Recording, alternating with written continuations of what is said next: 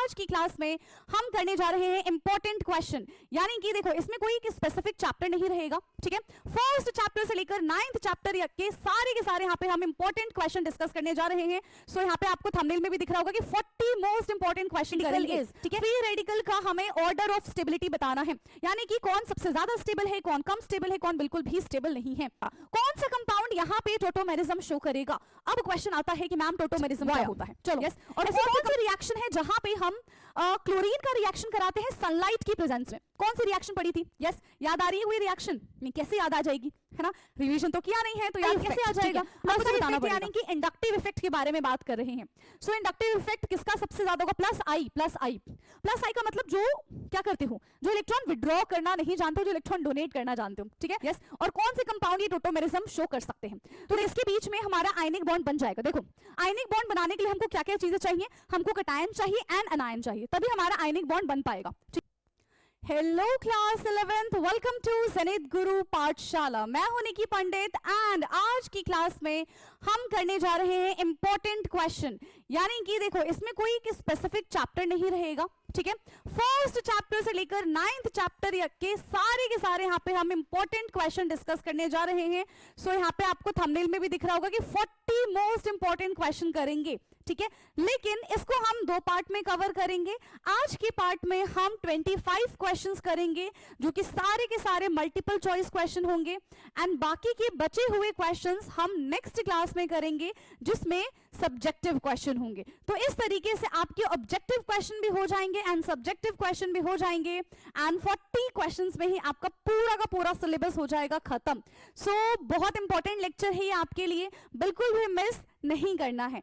Let's start and देखते हैं कि आज की क्लास का हमारा पहला क्वेश्चन क्या होगा। ओके चलो, तो देखो अभी मैंने बता दिया है कि सारे के सारे जो क्वेश्चंस है बेटा वो कैसे रहेंगे, मल्टीपल चॉइस क्वेश्चंस रहेंगे, मिक्स्ड क्वेश्चन रहेंगे, ठीक है। चलो तो सबसे पहले हम बात करते हैं फर्स्ट क्वेश्चन के बारे में। Order of stability of free radical is, free radical का हमें ऑर्डर ऑफ स्टेबिलिटी बताना है, यानी कि कौन सबसे ज्यादा स्टेबल है, कौन कम स्टेबल है, कौन बिल्कुल भी स्टेबल नहीं है। तो देखो फ्री रेडिकल क्या होता है, सबसे पहले आपको ये पता होना चाहिए, जब भी होमोलिटिक क्लीवेज होता है। अब ये होमोलिटिक क्लीवेज क्या होता है, यानी कि जब बॉन्ड ब्रेक होता है, ठीक है, तो जो भी दो स्पीशीज होते हैं उन दोनों को बराबर बराबर इलेक्ट्रॉन मिल जाता है, तो इसको हम कहते हैं होमोलिटिक क्लीवेज। फॉर एग्जाम्पल हमारे पास है Cl2, ठीक है। अब मैं Cl2 को कैसे लिख सकती हूं, Cl एंड Cl। अब जैसे ही क्लोरीन टूटेगा, देखो इधर वाला क्लोरीन उतना ही पावरफुल है जितना पावरफुल ये वाला क्लोरीन है, मतलब दोनों के दोनों बराबर है, यस और नो। अब जैसे ही इनके बीच का बॉन्ड टूटता है, ठीक है, अब क्योंकि बोथ आर इक्वली हम क्या बोल सकते हैं कि स्ट्रॉन्ग, तो एक इलेक्ट्रॉन इसको मिल जाएगा, एक इलेक्ट्रॉन इसको मिल जाएगा, और ये अब हम इस तरीके से फ्री रेडिकल को रिप्रेजेंट करते हैं, ठीक है। This is called free radical. अब यहां पे याद रखना, इस फ्री रेडिकल को अगर मैं ऐसा लिख दूं कि कार्बन है, यहां पे हाइड्रोजन है, यहां पे हाइड्रोजन है, यहां पे हाइड्रोजन है और ये फ्री रेडिकल है, ठीक है। तो इस फ्री रेडिकल को संभालने के लिए कोई भी हमारे पास ऐसा स्पीशीज नहीं है, हाइड्रोजन बहुत छोटे छोटे स्पीशीज है, ठीक है। तो याद रखना जितने ज्यादा कार्बन प्रेजेंट होंगे उतना ज्यादा स्टेबिलिटी ऑफ फ्री रेडिकल बढ़ जाएगा, इसका सबसे कम है। वहीं अगर मैं एक CH3 इधर लगा दूं, एक हाइड्रोजन यहां पे फ्री रेडिकल, तो इसकी स्टेबिलिटी इसके कंपैरिजन में बढ़ जाएगी। वहीं अगर मैंने 2 CH3 लगा दिया तो और बढ़ जाएगी, और अगर मैंने 3 CH3 लगा दिया तो और ज्यादा बढ़ जाएगी। यानी कि stability of free radical is 3 degrees more than 2 degree than 1 degree. Clear है, तो फटाफट से बता दो इस क्वेश्चन का आंसर हमारा क्या हो जाएगा। Yes, that is option B, 3 degrees more than 2 degree than 1, ठीक है। सबसे ज्यादा स्ट्रॉन्ग 3 डिग्री, फिर 2 डिग्री, सबसे ज्यादा स्टेबिलिटी 3 डिग्री की, 2 डिग्री की, देन 1 डिग्री की। Okay, now the next question is which compound shows tautomerism. अच्छा, कौन सा कंपाउंड यहाँ पे टोटोमेरिज्म शो करेगा। अब क्वेश्चन आता है कि मैम टोटोमेरिज्म क्या होता है, यस, और कौन से कंपाउंड ये टोटोमेरिज्म शो कर सकते हैं। तो देखो बेटा, जिनके पास कार्बोनिल ग्रुप प्रेजेंट होता है वो ये टोटोमेरिज्म कर सकते हैं, बट क्या सिर्फ कार्बोनिल ग्रुप नहीं। देखो कुछ कंडीशंस हैं, वो कंडीशंस मैं आपको बता देती हूं। पहला तो कार्बोनिल ग्रुप होना चाहिए। अब ये कार्बोनिल ग्रुप क्या होता है, तो कार्बोनिल ग्रुप का मतलब है C डबल बॉन्ड O। अब ये एल्डिहाइड भी हो सकता है और कीटोन भी हो सकता है, क्योंकि दोनों में ही कार्बोनिल ग्रुप प्रेजेंट होते हैं।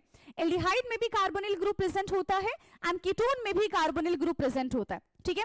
And second thing is at least 1 alpha hydrogen होना चाहिए, ठीक है। सेकेंड क्या है, एटलीस्ट 1 अल्फा हाइड्रोजन, इसके पास कम से कम तो एक अल्फा हाइड्रोजन प्रेजेंट होना चाहिए। अल्फा हाइड्रोजन क्या होता है, यस देखो, फंक्शनल ग्रुप से directly attach carbon is called alpha carbon and उस अल्फा कार्बन पे जो हाइड्रोजन प्रेजेंट होता है that is called alpha hydrogen. तो ये किस केस में हो सकता है, यस किस केस में हो सकता है, जल्दी बता दो किस केस में हो जाएगा। ऑप्शंस हमें दे रखे हैं, देखो क्या आपको कहीं देखो यहाँ पे एल्कोहल दे रखा है, कीटोन दे रखा है, सिंपल एल्कीन दे रखा है, क्लोरोफॉर्म दे रखा है। यहाँ पे एल्डिहाइड आपको नहीं दे रखा, तो सीधा सीधा कार्बोनिल ग्रुप अब किस में प्रेजेंट होगा, सिर्फ और सिर्फ कीटोन में प्रेजेंट होगा, ठीक है। तो यहाँ पे कौन शो करेगा, टोटोमेरिज्म, कीटोन शो करता है टोटोमेरिज्म, ओके आया समझ में। एंड कीटोन का जब आप स्ट्रक्चर बनाएंगे तो आपको पता चलेगा yes ketone have alpha carbon. होता तो यहाँ पे एल्डिहाइड के पास भी है, लेकिन ऑप्शन में हमें एल्डिहाइड दिया ही नहीं है, ठीक है, ऑप्शन में हमें एल्डिहाइड दिया ही नहीं है। तो ये हो जाएगा हमारा acetone and this is the structure for acetone. Clear, बढ़े आगे हम नेक्स्ट क्वेश्चन की तरफ। चलो नाउ थर्ड क्वेश्चन है हमारा, which has the highest acidity, इनमें से किसके पास सबसे ज्यादा एसिडिटी है, कैसे पहचानेंगे हम, यस तो याद रखना जिसके पास जितना ज्यादा एस कैरेक्टर होता है, ठीक है, जिसके पास जितना ज्यादा एस कैरेक्टर होता है उसकी एसिडिटी उतनी ज्यादा होती है। इतनी सी चीज आपको याद रखनी है एंड हाइब्रिडाइजेशन आपको निकालना आना चाहिए। मैं बता देती हूं कैसे निकलता है, ठीक है, अगर नहीं आता तो आप सीख जाओगे, डोंट वरी, ठीक है। देखो अगर सारे के सारे सिंगल बॉन्ड है, ठीक है, तो ये हमारा sp3 है। अगर एक डबल बॉन्ड है, ठीक है, मतलब एक डबल बॉन्ड है अगर, तो ये हमारा बन जाएगा sp2। और अगर ट्रिपल बॉन्ड होता है बेटा तो ये हमारा sp बन जाता है।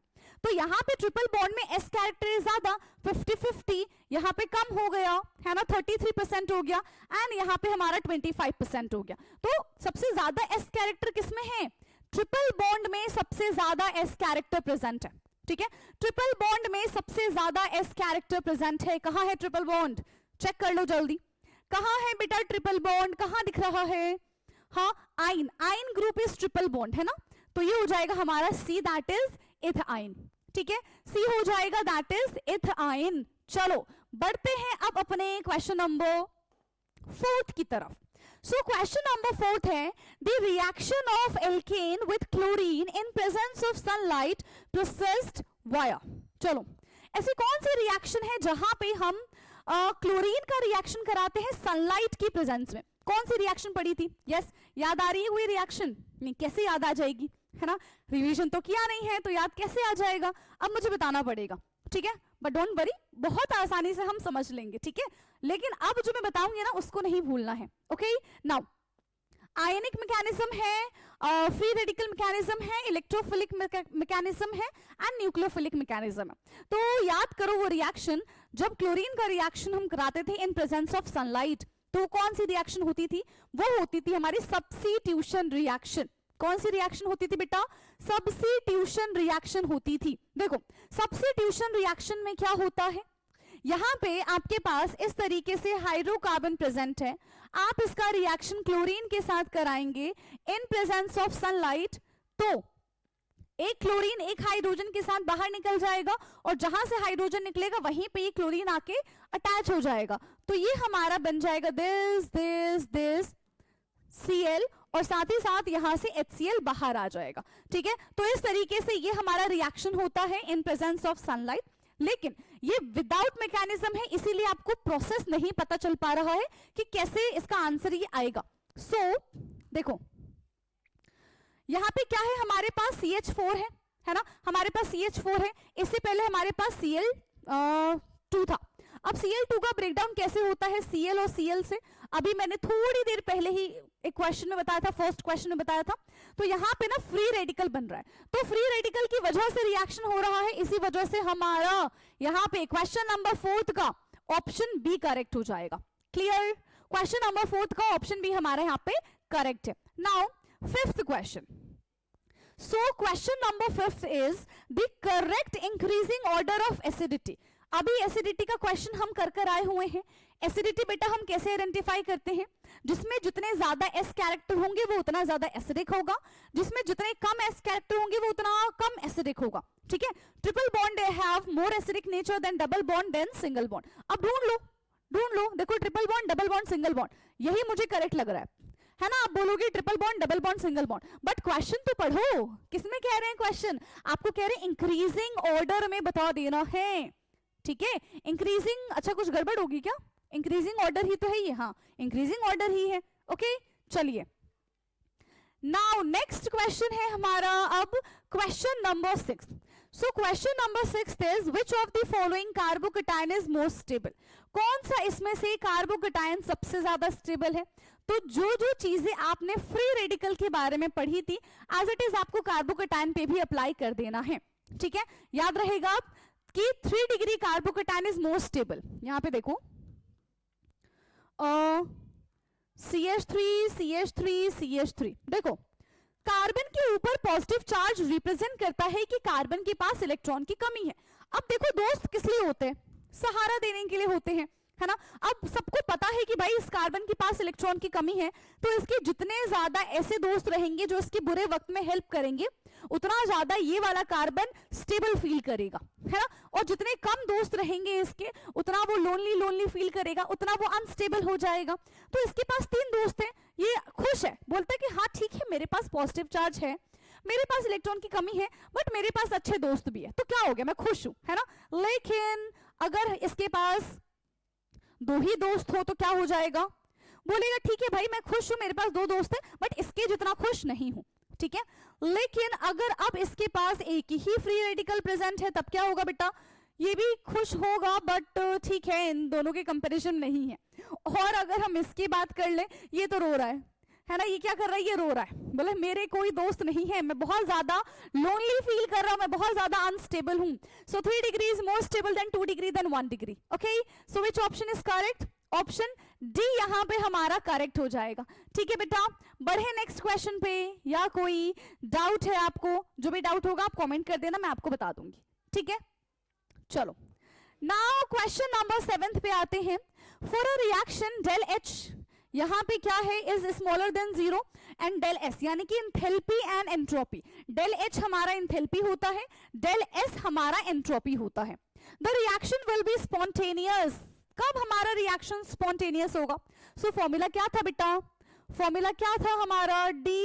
ये del S is equal to del H minus T del S, यही था। ठीक है, अब रिएक्शन स्पॉन्टेनियस कब कब होता है? हाँ, यहां पे हमें क्या क्या चीजें गिवन है? डेल एच जो है वो क्या है? Smaller than 0। ठीक है, अगर हमारा del H is smaller than 0 मतलब ये कैसा रिएक्शन है कि एक्सोथर्मिक रिएक्शन है, ये हमारा एक्सोथर्मिक हो जाएगा एंड इट इज स्पॉन्टेनियस, है ना? It favour spontaneity basically.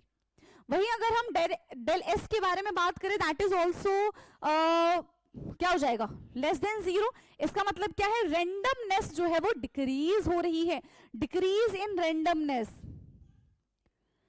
Decrease in randomness. ठीक है, यहां पे हमारा रेंडमनेस जो है वो डिक्रीज हो जा रहा है। ठीक है, एंड दोनों की दोनों चीजें हैं यहां पे। ठीक है, टी डेल एस जो है यहाँ पे स्मॉल है, तो डेल एच जो है वो क्या करेगा? डोमिनेट कर जाएगा, और जिसकी वजह से हमारा ये जो एस है, not S, so sorry it's G, gives free energy, del G हमारा क्या हो जाएगा? नेगेटिव हो जाएगा। तो ये चीज कब पॉसिबल है? जब हमारा टेम्परेचर लो होगा। ठीक है, ये स्पॉन्टेनिटी कब शो करेगा बेटा? At all temperature, at high temperature, at low temperature. Question number 7 का ऑप्शन सी हमारा करेक्ट होगा। ठीक है, now let's move to question number, कौन सा है अब हमारा? Question number 8, which of the following is not a process of halogenation of alkane? कौन सा यहाँ पे हेलोजिनेशन ऑफ एल्केन का प्रोसेस नहीं है? तो हेलोजिनेशन, हेलोजिनेशन यानी कि देखो, हेलोजन का क्या मतलब होता है? हेलोजन का मतलब होता है क्लोरीन ये फ्लोरीन, ब्रोमीन एंड आयोडीन, यानी कि फ्लोरीनेशन, क्लोरीनेशन, ब्रोमिनेशन एंड आयोडोनेशन अगर कुछ ऐसा होता तो वो हमारा ये हेलोजिनेशन में आता। लेकिन यहाँ पे एक टर्म आ रहा है, देखो, क्लोरीनेशन, ब्रोमिनेशन एंड आयोडीनेशन, ये तो है, लेकिन एसाइलेशन तो कहीं समझ में नहीं आ रहा है। यस, एसाइलेशन में कहीं पे हेलोजन नहीं आ रहा है। Acylation is RC double bond OR, this is acyl group. ठीक है, ये कैसा ग्रुप होता है बेटा? ये हमारा असाइल ग्रुप होता है। ठीक है, this is acyl group. Okay, now next question, question number 9, for the reaction, यहां पे हमारा अमोनिया का रिएक्शन हो रहा है। If pressure is increased, equilibrium shift, अगर हम यहाँ पे प्रेशर को इंक्रीज करेंगे तो इक्विलिब्रियम किधर की साइड शिफ्ट हो जाएगी? Backward, forward, no change and depends on temperature. देखो, N2 plus 3H2 equilibrium 2NH3, यही है। अगर हम नंबर ऑफ एटम के बारे में बात करें या फिर मोल्स के बारे में बात कर ले तो रिएक्टेंट साइड हमारे पास 4 मोल है एंड प्रोडक्ट साइड हमारे पास 2 ही मोल है। दिख रहा है ना कैसे? 3 + 1 4 और यहाँ पे सिर्फ और सिर्फ 2 है ना। So product side has fewer gases molecules, product side gas के मॉलिक्यूल्स कम है। सो व्हेन प्रेशर इंक्रीज, जैसे ही हम प्रेशर इंक्रीज करेंगे, ठीक है, तो equilibrium shift towards the product side, क्योंकि यहाँ पे मोल्स कम है तो सारे के सारे अब इक्वल करने के लिए रिएक्टेंट से प्रोडक्ट की तरफ भागेंगे। ठीक है, किसकी तरफ भागेंगे बेटा? रिएक्टेंट से प्रोडक्ट की तरफ भागेंगे। सो इसका हमारा ऑप्शन बी करेक्ट हो जाएगा, that is forward. Okay, now next question है हमारा अब क्वेश्चन नंबर 10, विच इफेक्ट स्टेबलाइज एल्कीन। ठीक है, कौन सा इफेक्ट यहाँ पे ऐसा है जो एल्कीन को स्टेबलाइज करता है? एंड हमारे ऑप्शंस हैं inductive effect, hyper conjugation, resonance या फिर hydrogen bonding. Which one is correct? क्या हो जाएगा? एल्कीन। देखो, एल्कीन की स्टेबिलिटी तब इंक्रीज होगी जब number of alkyl substituents attach होंगे। कैसे मतलब? देखो, अगर मैंने ये कर दिया, एक मेरे पास ये कंपाउंड है और एक मेरे पास ये कंपाउंड है। देखो यहाँ पे क्या है, डबल बॉन्ड जो है वो बिल्कुल एंड में है। सो एंड वाला जो डबल बॉन्ड होता है ना वो स्टेबल नहीं माना जाता, वो मेजर प्रोडक्ट नहीं माना जाता। और यहाँ पे कहते हैं, सेट्जफ कहते हैं कि जितना ज्यादा डबल बॉन्ड सब्स्टिट्यूटेड रहेगा, जितना ज्यादा डबल बॉन्ड बीच में रहेगा, वो उतनी ज्यादा स्टेबिलिटी को बढ़ा देगा। सो ये किस में बात कही जाती है? That is hyper conjugation. ठीक है, यहाँ पे क्या हो जाएगा? Hyper conjugation is correct. ठीक है, हाइपर कॉन्जुगेशन में सिग्मा एन पाई इलेक्ट्रॉन का डीलोकलाइजेशन होता है। ठीक, ओके, नाउ नेक्स्ट है यहाँ पे हमारा the correct order of increasing plus I effect. ठीक है, प्लस आई इफेक्ट यानी कि इंडक्टिव इफेक्ट के बारे में बात कर रहे हैं। सो इंडक्टिव इफेक्ट किसका सबसे ज्यादा होगा? प्लस आई। प्लस आई, प्लस आई का मतलब जो क्या करते हो, जो इलेक्ट्रॉन विड्रॉ करना नहीं जानते हो, जो इलेक्ट्रॉन डोनेट करना जानते हो। ठीक है, प्लस आई कौन होते हैं? जो अपना इलेक्ट्रॉन डोनेट करते हैं। माइनस आई कौन शो करते हैं? जो इलेक्ट्रॉन एक्सेप्ट कर लेते हैं, है ना, इलेक्ट्रॉन विड्रॉइंग ग्रुप। ठीक है, they are electron donating group. So यहाँ पे इंक्रीजिंग ऑर्डर, देखो कार्बन वाले जो ग्रुप होते हैं ना, ये बढ़िया इलेक्ट्रॉन डोनेट करते हैं, है ना, they are good electron donating group. फिर उसके बाद देखो ये है, ये है, ये है, दिस इज द करेक्ट। ठीक है, उसके बाद तो सारा उल्टा पुल्टा दे रखा है आपको। ठीक है, NO2 जो है बेटा वो माइनस आई इफेक्ट बड़ा अच्छा शो करेगा। Fluorine also show minus I effect and CH3 जो है वो हमारा प्लस आई इफेक्ट शो करेगा। ठीक, आया समझ में? नाउ नेक्स्ट क्वेश्चन पे आ जाओ। नेक्स्ट क्वेश्चन है हमारा question number 12, which effect operate through sigma bond only. कौन सा यहाँ पे ऐसा यहाँ पे दे रखा है? ठीक है, जो सिर्फ जिसमें सिग्मा बॉन्ड का ही हम बोल सकते हैं कि काम है ना, जहां पे सिग्मा बॉन्ड ही यूज किया जाता है, कोई पाई बॉन्ड का इस्तेमाल नहीं होता। ऑप्शन है resonance, resonance is a delocalization of pi bond, है ना। हाइपर कॉन्जुगेशन में अभी हमने पढ़ा था कि सिग्मा एंड पाई दोनों का इस्तेमाल किया जाता है ना। हाइपर कॉन्जुगेशन में हमारा सिग्मा भी इस्तेमाल होता है एंड पाई भी इस्तेमाल होता है। इंडक्टिव इफेक्ट के बारे में अगर हम बात करें तो यस, सी इंडक्टिव इफेक्ट एक परमानेंट डिस्प्लेसमेंट ऑफ इलेक्ट्रॉन होता है एंड यहाँ पे सिर्फ और सिर्फ सिग्मा बॉन्ड ही क्या होते हैं, पार्टिसिपेट करते हैं। जैसे कि कार्बन कार्बन कार्बन कार्बन, और यहाँ पे हमने कोई हाईली इलेक्ट्रोनेगेटिव स्पीशीज लगा दी, मान लो क्लोरीन लगा दिया, लगा भी देते हैं हम क्लोरीन यहाँ पे, ठीक है, यहाँ पे हमने ना क्लोरीन लगा दिया। अब क्या होगा क्लोरीन लगा देने से? देखो, क्लोरीन बीइंग मोर इलेक्ट्रोनेगेटिव, ये अपनी तरफ इलेक्ट्रॉन को खींचेगा, जिसकी वजह से इसके ऊपर पार्शियली नेगेटिव चार्ज आ जाएगा एंड इसके ऊपर पार्शियली पॉजिटिव चार्ज आ जाएगा। ये अपनी तरफ खींचेगा खींचेगा खींचेगा, ठीक है, एंड इसी की वजह से इंडक्टिव इफेक्ट हमारा जनरेट हो जाता है, जो कि सिग्मा बॉन्ड शो करता है। तो for this question option C हमारा करेक्ट होगा। ठीक, चलिए नेक्स्ट क्वेश्चन है। अब question number 13 is the most stable carbanion is, okay, carbocation के बारे में बताया था, है ना, कार्बोकैटायन के बारे में बता दिया था ना कि in case of carbocation 3 degree is more stable than 2 degree than 1 degree. लेकिन वही बेटा जब हम कार्बो एनायन के बारे में बात करते हैं, कार्बो एनायन के बारे में जब हम बात करते हैं तो ये इसका जस्ट रिवर्स हो जाता है, इसका जस्ट उल्टा पुल्टा हो जाता है ना, उल्टा हो जाता है। सो ये 1 डिग्री ज्यादा stable than 2 degree than 3 degree, just opposite of carbocation, just opposite of carbocation. So 1 degree is more stable, 1 degree is more stable carbanion, just उल्टा ऑफ कार्बोकैटायन। ठीक, चलो next question, question number 14। So question number 14th is which of the following has a maximum dipole movement? किसके पास सबसे ज्यादा dipole movement है? Yes, तो जहां पे बेटा आपको जितना ज्यादा चेंज देखने के लिए मिलेगा, है ना, कट पिट के जो बचेगा उसी से हम डाइपोल मूवमेंट कैलकुलेट कर सकते हैं। सारी चीजें देख लें। देखो यहाँ पे अगर हम CH4 के बारे में बात करें तो जितना स्ट्रॉन्ग एक कार्बन है उतना मिला के चारों हाइड्रोजन हो जाते हैं, तो इसका डाइपोल मूवमेंट 0 हो जाता है, म्यू इज 0। वहीं अगर हम कार्बन डाइऑक्साइड के बारे में बात करें तो इसका स्ट्रक्चर भी सिमेट्री बनता है, तो इसका भी 0 हो जाएगा। BF3 के बारे में बात करें तो ये हमारा ऐसे बनेगा, ये तीनों एक दूसरे के इफेक्ट को कैंसिल आउट कर देते हैं और इसका भी मैग्नेटिक मूवमेंट 0 होता है। लेकिन जब हम NH3 के बारे में बात करते हैं तो इसका स्ट्रक्चर हमें कुछ ऐसा दिखता है। अब देखो नाइट्रोजन एंड हाइड्रोजन में, नाइट्रोजन बीइंग मोर इलेक्ट्रोनेगेटिव, तो ये अपनी तरफ इलेक्ट्रॉन को खींचेंगे,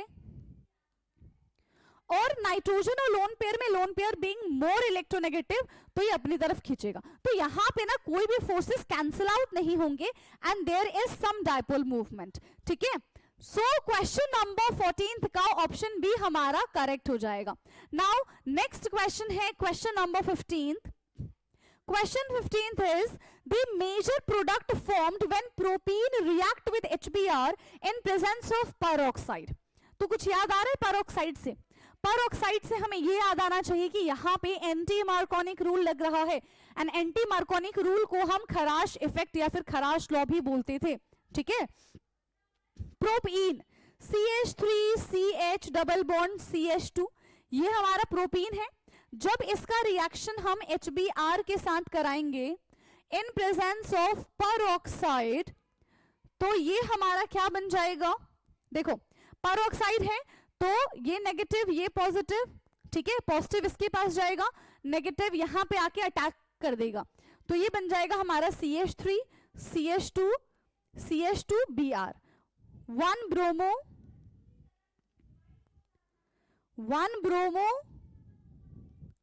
प्रोपेन। ठीक है, क्या बन जाएगा? ये हमारा बन जाएगा 1 ब्रोमो प्रोपेन। कहां है 1 ब्रोमो प्रोपेन? ऑप्शन बी हमारा करेक्ट है क्वेश्चन नंबर 15 के लिए। नाउ नेक्स्ट क्वेश्चन है question number 16। So question 16 is of hydrogenation is dash on steric crowding। ठीक है, may be related to independent, may be related to, ठीक है, independent not related to। okay, so hydrogenation is dash on steric crowding, मतलब steric hindrance, जहां पे बहुत सारी एक साथ चीजें आ जाएंगी तो वो steric hindrance क्रिएट करते हैं। ठीक, तो हाइड्रोजिनेशन में क्या स्टेरिक हिंड्रेंस डिपेंड करता है? नहीं डिपेंड करता। ठीक है, रिलेटेड ही नहीं है या फिर रिलेटेड है?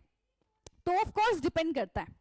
ठीक है, ऑफ कोर्स डिपेंड करता है। जितना ज्यादा स्टेरिक हिंड्रेंस हो जाएगा उतनी ज्यादा अनस्टेबिलिटी आ जाएगी, है ना, उतनी ज्यादा क्या हो जाएगी? अनस्टेबिलिटी आ जाएगी, और उतना कम हाइड्रोजिनेशन हो पाएगा, मतलब rate of hydrogenation will decrease अगर स्टेरिक हिंड्रेंस ज्यादा होता है तो। ठीक है, तो यहाँ पे क्या हो जाएगा, ऑफ कोर्स इट्स डिपेंडेंट, ये डिपेंडेंट है, ठीक है, ये डिपेंड करता है। सो क्वेश्चन नंबर 16 का ऑप्शन बी हमारा करेक्ट हो जाएगा, that is dependent. Clear? Now next question है हमारा question number 17, ozonolysis of ethene gives. ठीक है, अगर हम इथीन का ओजोनोलिसिस कर देते हैं तो हमें क्या चीज मिलेगी, ethene CH2 double bond CH2, आप इसका ओजोनोलिसिस कर दो, O3 के साथ रिएक्शन करा दो, CH2 है ना, ठीक है, O हम बनाएंगे प्यारा सा हर्ट और फिर उसको तोड़ देंगे, हमें मिल जाएगा HC डबल बॉन्ड OH, वो भी 2 टाइम्स। दिस इज एल्डिहाइड, क्या हो जाएगा, this is aldehyde and that is called methanol. क्या बन जाएगा बेटा, ये एक ही कार्बन है, एक कार्बन को हम बोलते हैं मिथ, एल्डिहाइड है तो हो जाएगा अल, दैट इज कॉल्ड मीथेनॉल। ठीक है, that is called methanol. Question number 17 का ऑप्शन ए अब हमारा यहाँ पे एकदम करेक्ट है। चलिए, now next question is question number 18, what is the entropy change. ठीक है, हमें बताना है कि यहाँ पे एंट्रोपी चेंज क्या होगा। When 1 mole of ice is converted into water at 0 degree centigrade, the enthalpy change for conversion of ice to a liquid is 6 kilojoule per mole at 0 degree centigrade। ठीक है, एंट्रोपी चेंज हमको बताना है। ठीक है, entropy change यानी कि क्या क्या चीजें दे रखी है आपको, फ्यूजन दे रखा है, कितना दे रखा है, हाँ कितना दे रखा है, 6 किलो जूल दे रखा है। इसको हम जूल में कन्वर्ट कर दें तो ये हमारा 6000 जूल पर मोल बन जाएगा, यानी कि सिंपल सी बात है, आपको 1000 से इंटू कर देना है and temperature is given to us that is 0 degree centigrade, इसको हम 273 केल्विन बोल सकते हैं। ठीक है, क्या कैलकुलेट करना है हमको, enthalpy change for a conversion of liquid.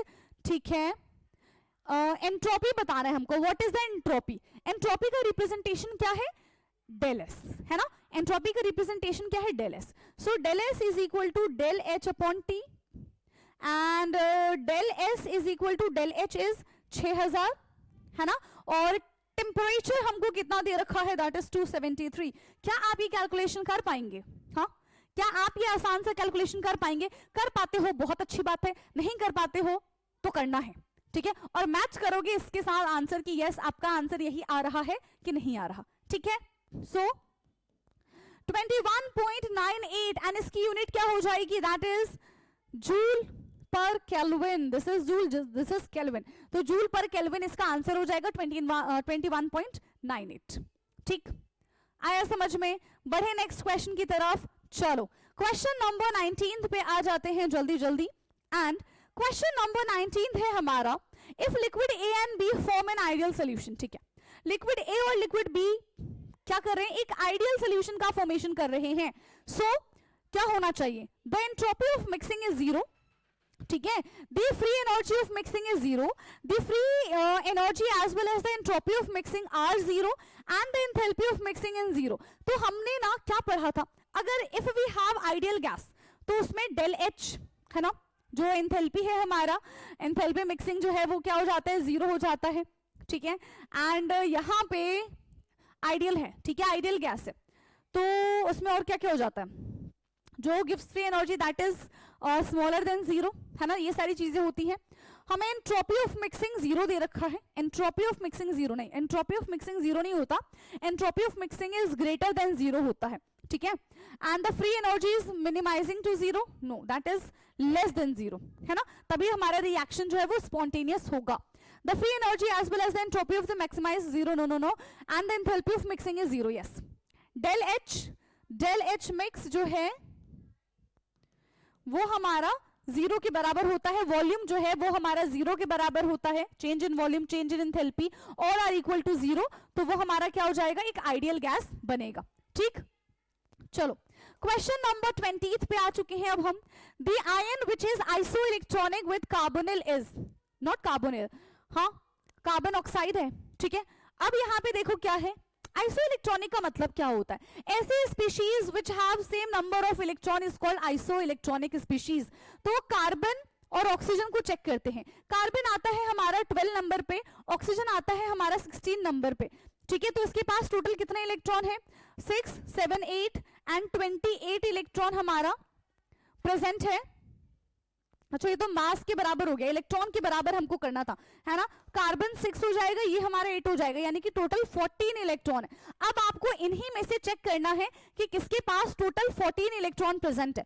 Carbon के पास यहाँ पे 12 इलेक्ट्रॉन प्रेजेंट होता है, नाइट्रोजन के पास अगेन कार्बन के पास टोटल 6 इलेक्ट्रॉन प्रेजेंट होता है, नाइट्रोजन के पास 7 इलेक्ट्रॉन प्रेजेंट होता है, बट इसके पास 1 इलेक्ट्रॉन एक्स्ट्रा आ गया, है ना, यानी कि +1 ऐड कर देंगे, कितना हो जाएगा 7 + 7 14 इलेक्ट्रॉन्स। ऑक्सीजन के पास टोटल 8 इलेक्ट्रॉन होते हैं, बट यहाँ पे 2 ऑक्सीजन है, तो कितने इलेक्ट्रॉन हो गए 16 एंड +1, इसके पास टोटल 17 इलेक्ट्रॉन है। नाइट्रोजन के पास टोटल 7 इलेक्ट्रॉन होते हैं, 7 + 7 14 एंड यहाँ पे -1 यानी कि 13 इलेक्ट्रॉन हो गए। और यहाँ पे 8 + 8 16 और 16 - 1 यानी कि इसके पास 15 इलेक्ट्रॉन हो गए। तो 14 इलेक्ट्रॉन आपको किसके पास दिख रहे हैं बेटा, साइनाइड के पास दिख रहे हैं, Cn नेगेटिव के पास दिख रहे हैं, ठीक है। तो इसका हमारा ऑप्शन 1 करेक्ट हो जाएगा। ओके, नाउ नेक्स्ट क्वेश्चन है question number 21। The correct bond order in the following species is. Correct bond order आपको बताना है इसमें से, ठीक है। बॉन्ड ऑर्डर कैलकुलेट कैसे करते हैं, आ जाओ अपने चैप्टर नंबर 4 पे, है ना, एमओटी पे आ जाओ। बॉन्डिंग कैसे कैलकुलेट करते हैं, number of bonding electron minus number of anti bonding electron divided by 2, यही करते थे। Bonding electron is bond order is equal to number of bonding electron minus number of anti bonding electron divided by 2, यही हमारा formula होता था। सारे के सारे ऑक्सीजन है, ठीक है, किसी के पास एक एक्स्ट्रा इलेक्ट्रॉन है, किसी के पास एक्स्ट्रा इलेक्ट्रॉन नहीं है, एंड किसी के पास 1 इलेक्ट्रॉन की कमी है, ठीक। O2 के बारे में बात करें अगर, O2 के पास टोटल कितने इलेक्ट्रॉन है, O2 के पास एक के पास कितने होते हैं 8 इलेक्ट्रॉन है, 2 के पास हमारे 16 इलेक्ट्रॉन हो जाएंगे। अब देखो 1s, ठीक है, सिग्मा 1s है ना, सिग्मा स्टार 1s, इस तरीके से हमने फिल किया था ना, क्या आपको वो चीजें याद है? क्योंकि मैं यहाँ पे पूरा अगर हमें बार बार सबका एमओटी बनाऊंगी तो लेक्चर बहुत ज्यादा लेंदी हो जाएगा। एमओटी मैंने ऑलरेडी सिखाया हुआ है, आप जाके लेक्चर में देख सकते हैं, ठीक है। तो मैं डायरेक्टली कितने बॉन्डिंग है कितने एंटी बॉन्डिंग है ये बता देती हूँ आपको, ठीक है। अगर हम O2 के बारे में बात करते हैं बेटा, तो इसके पास 12 बॉन्डिंग इलेक्ट्रॉन है ना, और 8 इसके पास एंटी बॉन्डिंग इलेक्ट्रॉन है, 12 एंड 8, तो टोटल इसका जो बॉन्ड ऑर्डर आएगा, ठीक है, इसका जो बॉन्ड ऑर्डर आएगा वो कितना हो जाएगा 12 - 8 डिवाइडेड बाय 2, किसके बराबर हो जाएगा 2 के बराबर हो जाएगा। वहीं अगर हम यहां पे O2 पॉजिटिव के बारे में बात करते हैं, ठीक है, 1 इलेक्ट्रॉन यहां से निकल गया तो कितना हो जाएगा, यहाँ पे बॉन्डिंग तो 12 ही रहेगा और यहाँ पे 7 एंटी बॉन्डिंग में हो जाएगा। अब देखो यहाँ पे बॉन्ड ऑर्डर तो इवन रहेगा क्या, नहीं, पॉइंट में आ जाएगा, ठीक है। तो एक एंटी बॉन्डिंग कम हुआ तो ये हमारा इसकी जो वैल्यू है वो 2.5 आ जाएगी, ठीक है। नाउ O2 नेगेटिव के बारे में बात करते हैं, तो अब देखो ये 12 बॉन्डिंग है कि इसमें और बढ़ जाएगा, यस, इसमें और बढ़ेगा क्या, इसमें थोड़ी बढ़ेगा, 8 एंटी बॉन्डिंग हो जाएगा, तो ये हमारा इसका बॉन्ड ऑर्डर कितना आ जाएगा, कम आएगा, लगभग हाफ हो जाएगा, पूरा इसका एक कम हो जाएगा, दैट इज 1.5। और क्या है O2 2 पॉजिटिव, मतलब इसमें से 2 इलेक्ट्रॉन अब हमने निकाल दिए, तो बॉन्डिंग तो हमारा 12 है, एंटी बॉन्डिंग 6 हो जाएगा, 12 एंड 6, तो बॉन्ड ऑर्डर इसका कितना हो जाएगा, ये और ज्यादा हो जाएगा, लगभग 3 के बराबर। So the correct bond order of the following species, correct bond order किसका कैसे है ये इधर मैंने आपको बता दिए, yes. So which option is correct for this question, yes, बता दो जल्दी से कौन सा ऑप्शन हमारा करेक्ट हो जाएगा। O2 2 पॉजिटिव का सबसे ज्यादा है, फिर O2 O पॉजिटिव का, एंड देन O नेगेटिव का, यही है, तो यहाँ पे बी ऑप्शन हमारा करेक्ट होगा, ओके। कौन सा ऑप्शन करेक्ट हो जाएगा बेटा इसका, हमारा बी ऑप्शन करेक्ट हो जाएगा, यस और नो, बी ऑप्शन है कि सी ऑप्शन है। देखो यहाँ पे हमें कोई इंक्रीजिंग और डिक्रीजिंग ऑर्डर के बारे में तो कहा नहीं गया है ना, कि इंक्रीजिंग का बताना है या फिर डिक्रीजिंग का बताना है, यस। तो हम कैसे बताएंगे, क्या हमारे यहाँ पे 2 आंसर करेक्ट हो जाएंगे। देखो बी वाले में क्या है, हमने सबसे ज्यादा, ठीक है, सबसे ज्यादा फिर उससे कम फिर उससे कम, और सी वाला इसका जस्ट ऑपोजिट है, ठीक है। तो आप देख लेना कि इंक्रीजिंग है कि डिक्रीजिंग है, यहाँ पे तो ऐसा कुछ भी नहीं है, तो यहाँ पे दोनों ही आंसर यहाँ पे हमारे करेक्ट हो सकते हैं। ओके बेटा, ठीक है, एक इंक्रीजिंग के लिए और एक डिक्रीजिंग के लिए। नाउ नेक्स्ट है हमारा 22 question, ionic bond will be formed more easily between elements and comparatively. Ionic bond किसके बीच में बहुत आसानी से बन सकता है, बन जाता है in fact. Low ionization enthalpy and high electron affinity, high ionization enthalpy and high electron affinity, low ionization enthalpy and low electron affinity, high ionization enthalpy and low electron affinity. तो किसके बीच में हमारा आयनिक बॉन्ड बन जाएगा? देखो, आयनिक बॉन्ड बनाने के लिए हमको क्या क्या चीजें चाहिए, हमको कैटायन चाहिए एंड एनायन चाहिए, तभी हमारा आयनिक बॉन्ड बन पाएगा, ठीक है। कैटायन और एनायन चाहिए, ठीक है। कैटायन बनाने के लिए क्या चाहिए? एक इलेक्ट्रॉन निकालना पड़ेगा। एक इलेक्ट्रॉन अगर हमको निकालना है तो क्या करना पड़ेगा? लॉस करना पड़ेगा। लॉस करना पड़ेगा मतलब आयनाइजेशन। तो आयनाइजेशन कैसा होना चाहिए? बहुत आसानी से आयनाइजेशन हो जाना चाहिए, यानी कि लो आयनाइजेशन। वहीं अगर हमें अनायन बनाना है तो इलेक्ट्रॉन को एक्सेप्ट करना है, इलेक्ट्रॉन को गेन करना है, और अगर हम इलेक्ट्रॉन को गेन करेंगे तो वो कैसे गेन होना चाहिए? आराम से गेन हो जाना चाहिए। सो हाई इलेक्ट्रॉन एफिनिटी, क्या हो जाएगा इसका? High electron affinity, high electron affinity, low ionization enthalpy and high electron affinity. Again option A हमारा इसका करेक्ट हो जाएगा, ठीक है। Option A is the correct. Now अब आते हैं हम 23rd पे, ठीक है। So which of the following is true regarding the boiling point? कौन सी बातें यहाँ पे बॉइलिंग पॉइंट के लिए एकदम सही कही गई है, ठीक है। N-octane is greater than iso-octane, N-octane is less than iso-octane, and N-octane is equal to the iso-octane, या फिर कान से।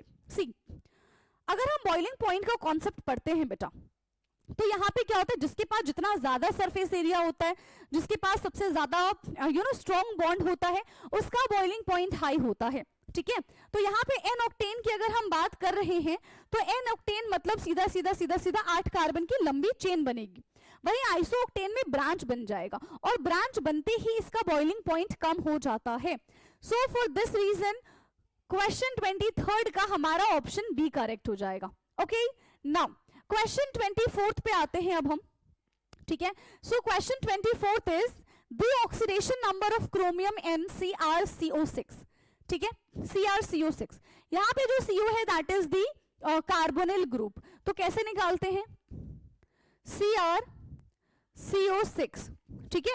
क्रोमियम का हमको निकालना है, ये X हो गया, ये हमारा 6 into 0, so X is equal to 0 हो जाएगा भाई, ठीक है। क्योंकि CO का यहाँ पे अगर हम ऑक्सीडेशन नंबर देखिए बेटा तो वो 0 होता है, ठीक। तो यहाँ पे हमारा option 1 and only A correct हो जाएगा। एंड नाउ लास्ट क्वेश्चन है आज की क्लास का, इसके बाद हम नेक्स्ट क्लास में कंटिन्यू करेंगे विद सब्जेक्टिव क्वेश्चन, ठीक। चलो, so question 25th is which of the following is not a redox reaction? कौन सा इसमें से रेडॉक्स रिएक्शन नहीं है, ठीक है। CaCO3 gives CaO plus CO2, O2 plus 2H2 give 2H2O, Na plus H2O give NaOH plus half H2, MnCl3 give MnCl2 plus half Cl2, which is, कौन सा यहाँ पे हो जाएगा? जल्दी बताइए, जल्दी जल्दी। देखो, रिडॉक्स रिएक्शन एक ऐसा रिएक्शन है जहां पे ऑक्सीडेशन एंड रिडक्शन साइमल्टेनियसली होता है, ठीक है। तो अगर हम पहला देखें CaCO3 और CaO and CO2, oxidation number निकाल लो। यहाँ पे इस पे हमारा +2 रहेगा, है ना, कैल्शियम पे ये हमारा +4 हो जाएगा, एंड 3 2 6, तो कितना हो जाएगा? नहीं, ये तो -2 है। यहाँ पे +2 है, -2 है, +4 है, ठीक है, और यहाँ पे -2 ही होगा। तो मतलब यहाँ पे हमको ऐसा कोई चार्ज में चेंज दिख ही नहीं रहा, तो this is not a redox reaction. पहला ही हमारा यहाँ पे रिडॉक्स रिएक्शन नहीं है। इसके बाद के जितने भी है सारे के सारे रिडॉक्स रिएक्शन होंगे। तो इसी के साथ टोटल 25 क्वेश्चन हमने आज की क्लास का टारगेट रखा था, जो कि हमने कंप्लीट किया। टोटल 40 इंपॉर्टेंट क्वेश्चंस हमको करने हैं, तो आपको नेक्स्ट क्लास का भी वेट करना पड़ेगा। ओके, सो अब हम मिलेंगे अपने नेक्स्ट क्लास में, ठीक है। बाकी अगर कोई भी ऐसा क्वेश्चन हो जो आपको समझ में नहीं आया हो तो आप आराम से कमेंट करके मुझसे पूछ सकते हैं, मैं जरूर आपके क्वेश्चन का आंसर करूंगी। ओके, सो अब हम करते हैं क्लास को एंड बता देना मुझे कैसा लगा आज का लेक्चर, ठीक है। Okay, good night everyone and bye bye, thank you so much.